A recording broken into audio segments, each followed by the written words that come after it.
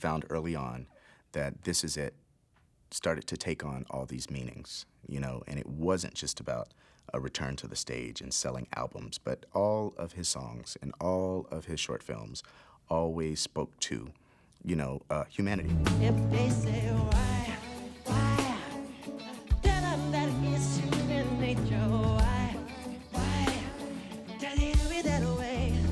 They say why. It was important to both Michael and I that we had moments where the audience was alone with Michael and the music without pyrotechnics and without special effects, and the special effect being him.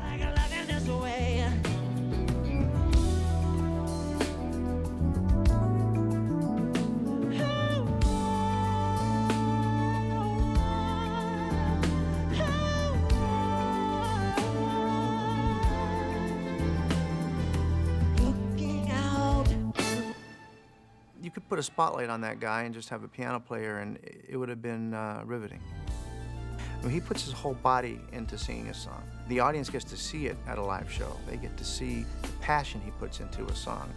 And, you know, he comes from an era where you really sang, you really danced, and you did it at the same time. No tricks.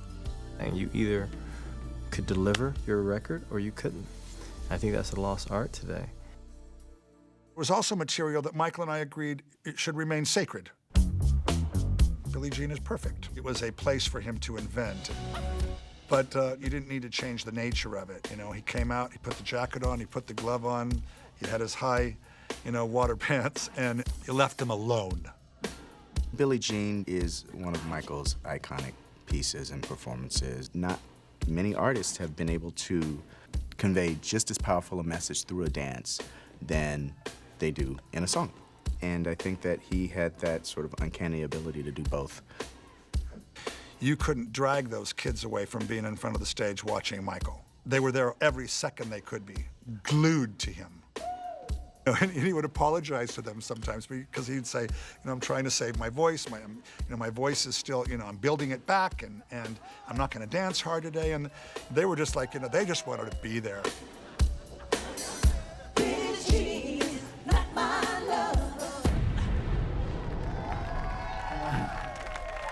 At least we get a feel of. God bless you. What made Michael, in my opinion, the greatest entertainer of our generation, and perhaps any, his timing. One time in the movie, I say, you know, aren't you ready? He's like, no. Guys, that's the cue. I'm sorry, are we misunderstanding something here? No, we're not misunderstanding. We're sizzling. But he's sizzling. I'm sizzling. Okay. So he's waiting for my point. It's coming. What he was saying was, I'm going to have a moment here. I can feel it. I already know. The audience isn't here yet, but I know I'm going to want to have a moment here. Might want to button my shirt or my jacket or whatever it is. I want to look around a little bit, play with them. Snap my finger maybe, then bang! He was in charge, like an old-fashioned entertainer. Technology didn't run the show. Michael ran the show. And when he stopped, you watched and you held your breath. And that's what made Michael Jackson on stage, and why he was different than anybody else that you ever went to see in concert. The world should be full of love. Mm-hmm. Love. Mm-hmm. Love is the most important thing in the world. Man in the Mirror has always sort of closed Michael's concerts. Michael loved the message of the song. If you're expecting change, it has to begin from within. And that was just something that I think that Michael really enjoyed leaving as a last remembrance of, you know, spending an evening with him. But he can't leave the stage regularly. He has to do it in Michael Jackson fashion. We had fun wanting to top ourselves. You know, we had Rocket Man years ago where he flew off the edge of the stage at the end of a concert. So Michael was like, we have to top Rocket Man. What can we do? Part of the creative of the show is called MJ Air. MJ Air was the only 3D piece we actually viewed at the Staples Center in the 3D screen. It was incredible. What we're going to do is have the whole theater rumble so that you felt this jet was coming from somewhere, and then you just start to see a little nose peek in, and then the wing turns around, and the wing felt so like it was over your head. You'd watch people do this, and you could just see that they really felt like the wing was right on top of you. You see, they don't look that good anymore. Michael would have sang the last refrains of the song. The entire cast would have climbed up to the top of the stage platforms and then exited through a stairway that emerged out of the video screen. Michael Cotton had designed it so that a door in the actual screen opened up. And so that physical screen matched our graphics perfectly, and the stairs came down. Last person out would be Michael, waving goodbye. The video door would close over him. And then the plane would taxi down the runway, turn around, fly out right over the audience's head. It was just the coolest thing. And that effect would have really worked. The cast and Michael would be taking a quick elevator down to floor level, be in the cars and out of the building. It's the old Elvis has left the building. You need to get him out of there. This show, production-wise, blew away anything he's done in the past, and I don't think anybody would have come close to this for years. Michael is very into letting the show speak for itself. Seeing the show does the talking. The show speaks for itself. That's how it should be. Understood.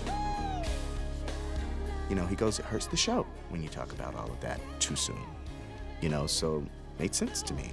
And that was part of his, you know, sort of intrigue, the mystery and the theater about it. I don't think there was a better show than what you would have seen had we got over to the UK. I'm convinced of that.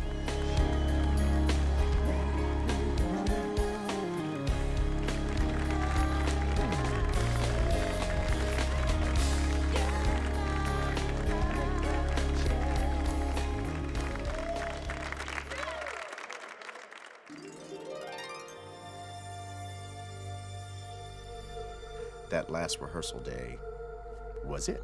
We, you know, saw it.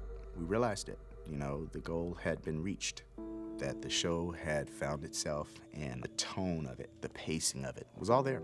It was all there. Thank you. We're going to stop for this evening now. We were going to then pack up everything, put it on a boat, send it to the UK, to London, and he was going to move over there with his family and with the kids and start dress rehearsals over there. That's how close we were.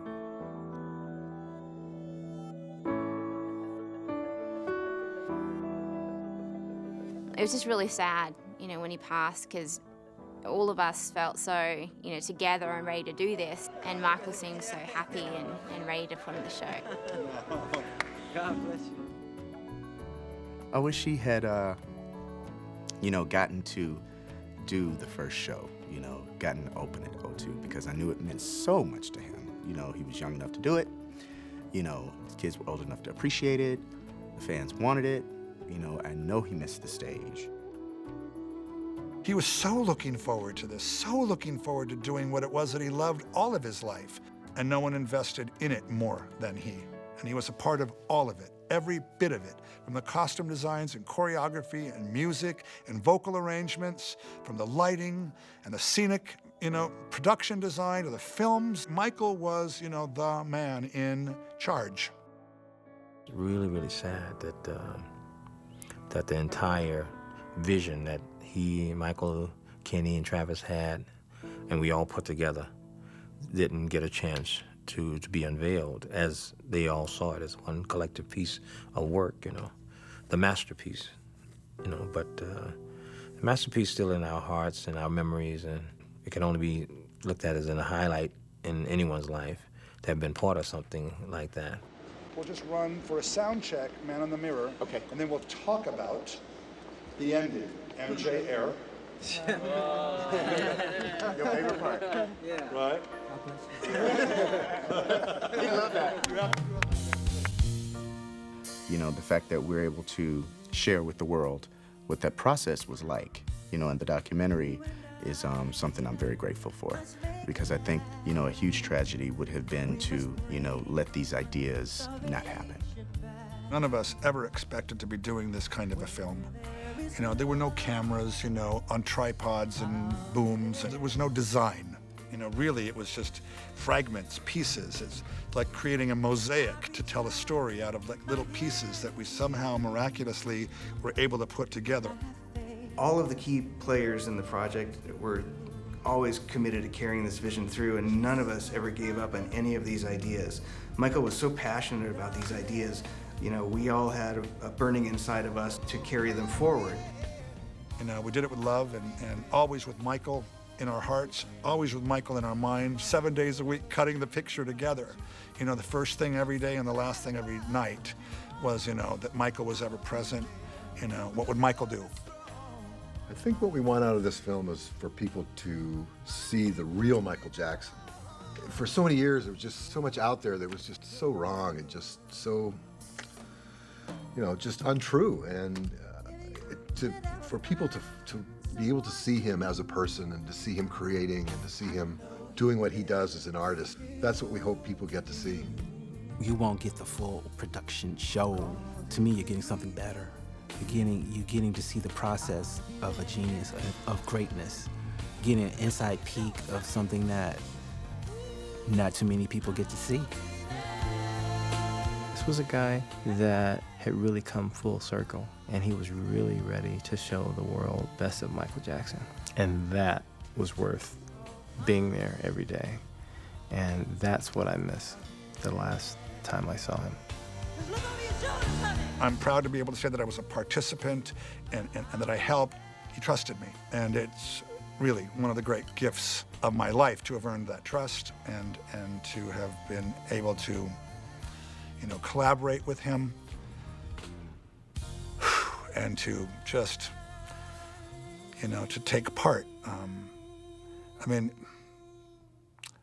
there aren't too many people anymore that can drop my jaw, and Michael Jackson remained one of those people all the way into the end. I will be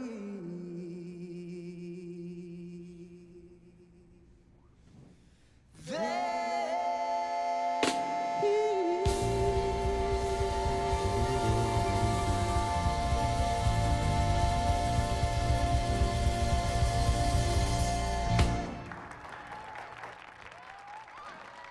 God bless you.